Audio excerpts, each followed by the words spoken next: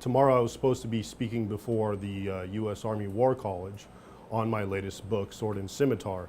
And I was invited 6 months ago in January, and it was a very enthusiastic actual invitation that came from them. And they advertised it wildly, and maybe that was part of the problem because it got into the wrong hands. And then the CARE petitions began.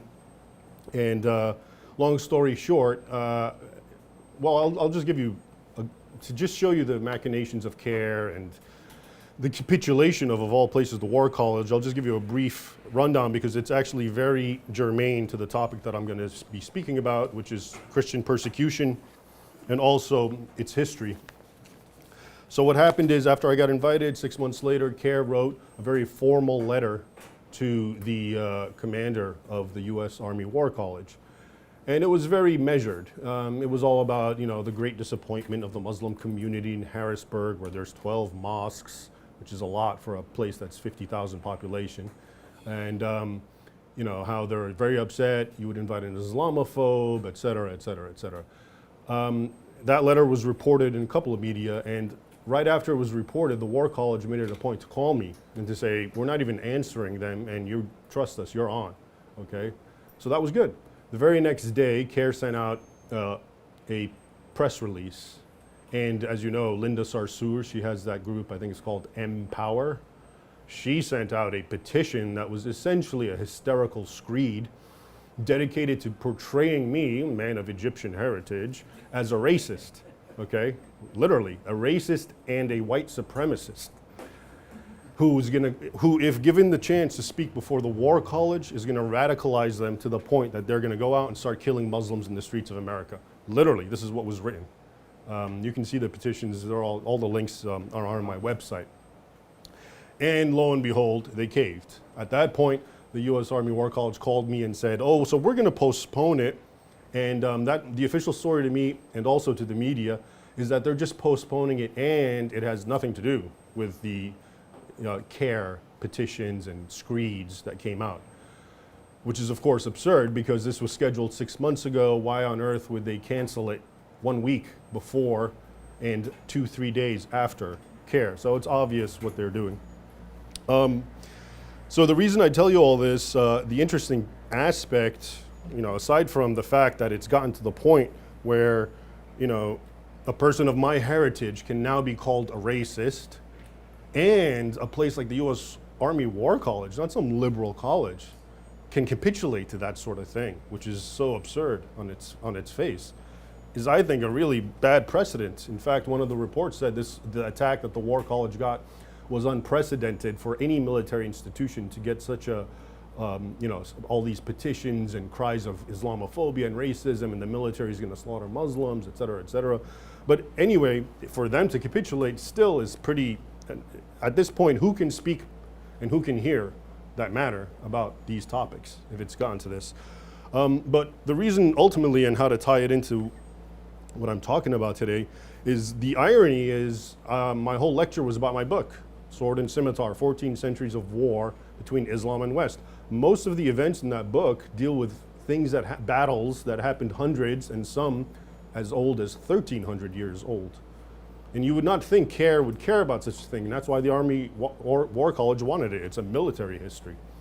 And, but I do give them a little credit because I think CARE proved to be clever because they understand something that a lot of Americans in the West, or Westerners and Americans, don't seem to understand, which is how important dominating the historical narrative is.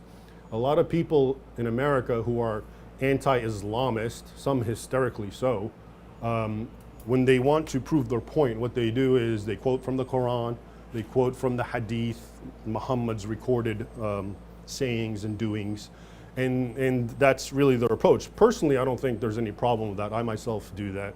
My first book, The Al-Qaeda Reader, was dedicated to translating Al-Qaeda's words, all of which were quoting the Quran and so forth. So I think that's fine, but I think we live in this postmodern relativistic era where it's easy to get by this doctrinal argument. So when someone says, well, look, the Quran says this, fight the people of the book, Christians and Jews, until they pay jizya, et cetera, Quran 929, you're gonna get a lot of Christians and Jews, who will say, so what?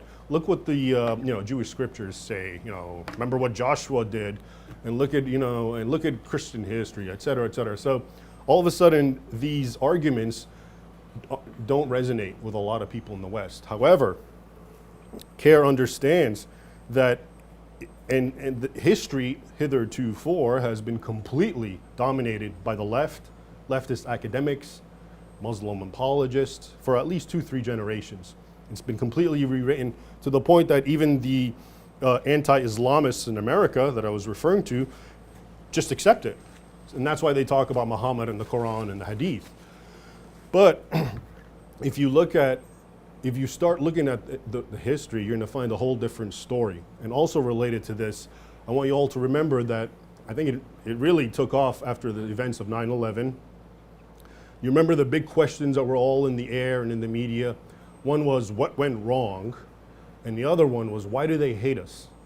And both of those questions, most people don't understand, presuppose a historical narrative, which is that historically the Islamic world was progressive, tolerant, definitely vis-a-vis Europe in the pre-modern era.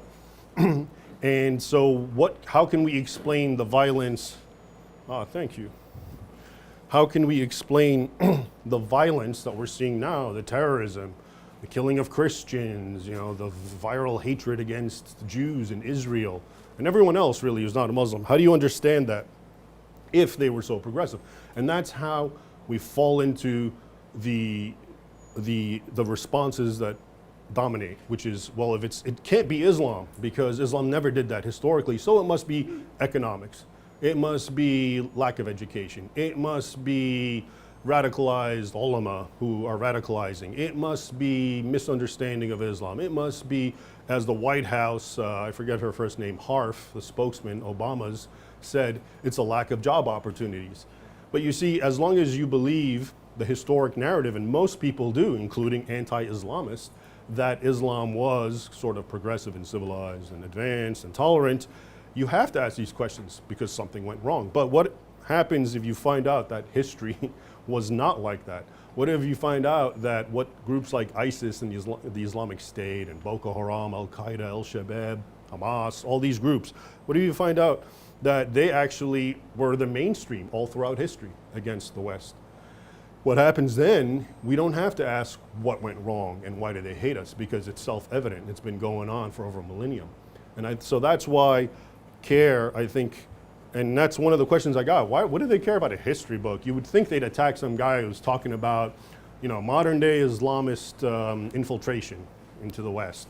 Then I can see them getting hysterical. But a military history book that deals with battles from 1,300 years ago, and I think that's what's going on. So what I'd like to do is tell you the true history and also get into why it's been suppressed, which I've touched on, and then tie that to Christian persecution today. And what you're going to find is just an immense continuity between past and present. Once again, not requiring questions like what went wrong and why do they hate us. So I'll begin, and much of this is actually, if you find any of this interesting or troubling and you're wondering where I get it from, all this is from my book and it's all documented. I have over 1,000 endnotes, and a lot of it's primary sources. So my book is in 8 chapters, and in the 8 chapters I discuss 8 pivotal decisive battles between Islam and the West. However, probably 20% of the book is actually the battles. The other 80%, the part that CARE doesn't like, is what happened before the battle, the context, the backdrop, and what happened after the battle. Okay, so in 636 AD, Islam bursts out of Arabia, sends a message to the Byzantine Emperor Heraclius, telling him, Muhammad himself, according to Islamic sources, submit and have peace. Basically, submit means Islam, Eslam Teslem in Arabic, and you'll have peace. And of course, the emperor rejected it, and then it was full-on jihad until the modern era, essentially. Now, what's interesting is one of the battles that I discussed, the Battle of Yarmouk in 636 AD, which, by the way, this is the Battle of Yarmouk, according to one historian, he's in my book, I think it's Francisco Gabrielli. He calls it the most consequential battle in all world history. but how many people have ever heard of it, you know?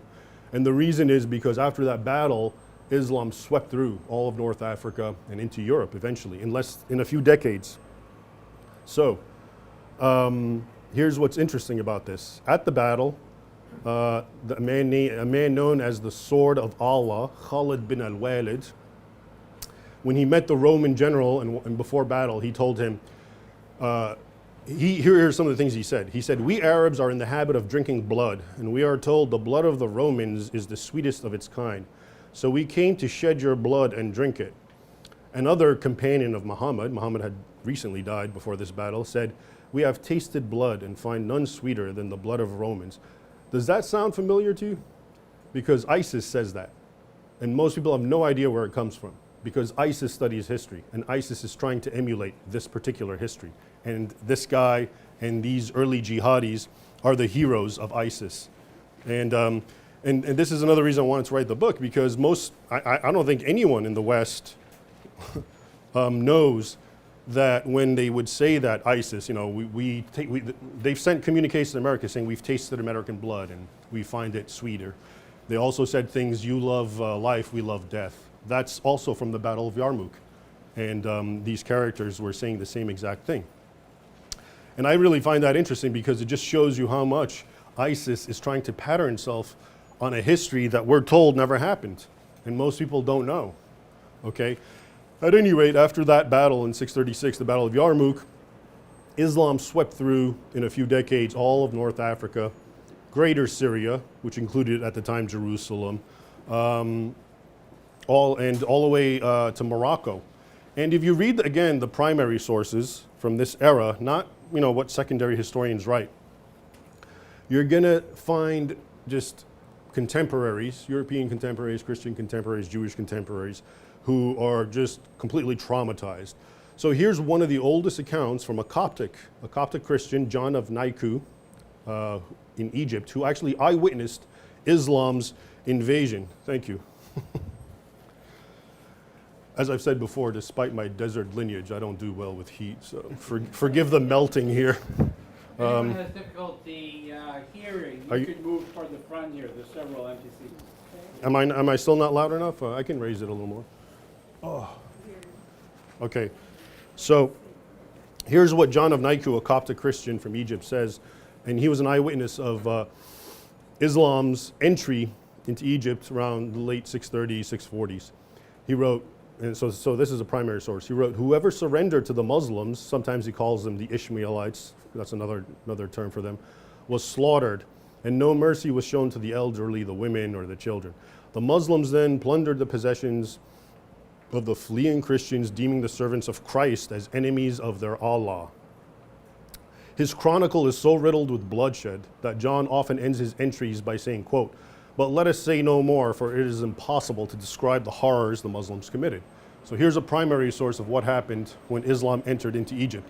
And this little part right here, we can't say anymore. In my book, I found in every epic and every country. So in Spain, there's another chronicler when Islam finally entered Spain and they crossed the Straits of Gibraltar. And he says the same thing. He recounts horror after horror. And then he says, but I can't say anymore because it's just pointless. How can you describe it? And also in Armenian, a few hundred years later, discussing what the Turks were doing, same thing, just devastation, the burning of churches, the enslavement of women and children. And then he just capitulates, says, I can't even put it in words, what was happening, okay? It's interesting, Spain. So after the conquest of all of North Africa, they went into Spain right around 717. Now, when you listen to modern historians, the greatest thing that ever happened to Spain is Islam entered it, okay? Because those backward, Christians, and there was also Jews, a large Jewish population in Spain. And, Islam came, and the Andalusian paradise, which scholars, Professor Dario Fernandez Morera has written a really good book, The Andalusian Myth. Anyone interested in just seeing how false that entire narrative is should read it. But so here I'm going to give you a quote from a 19th century historian of French extraction, Louis Bertrand. So here's his explanation of what happened when the Muslims entered into Spain. Okay, this is before the age of political correction.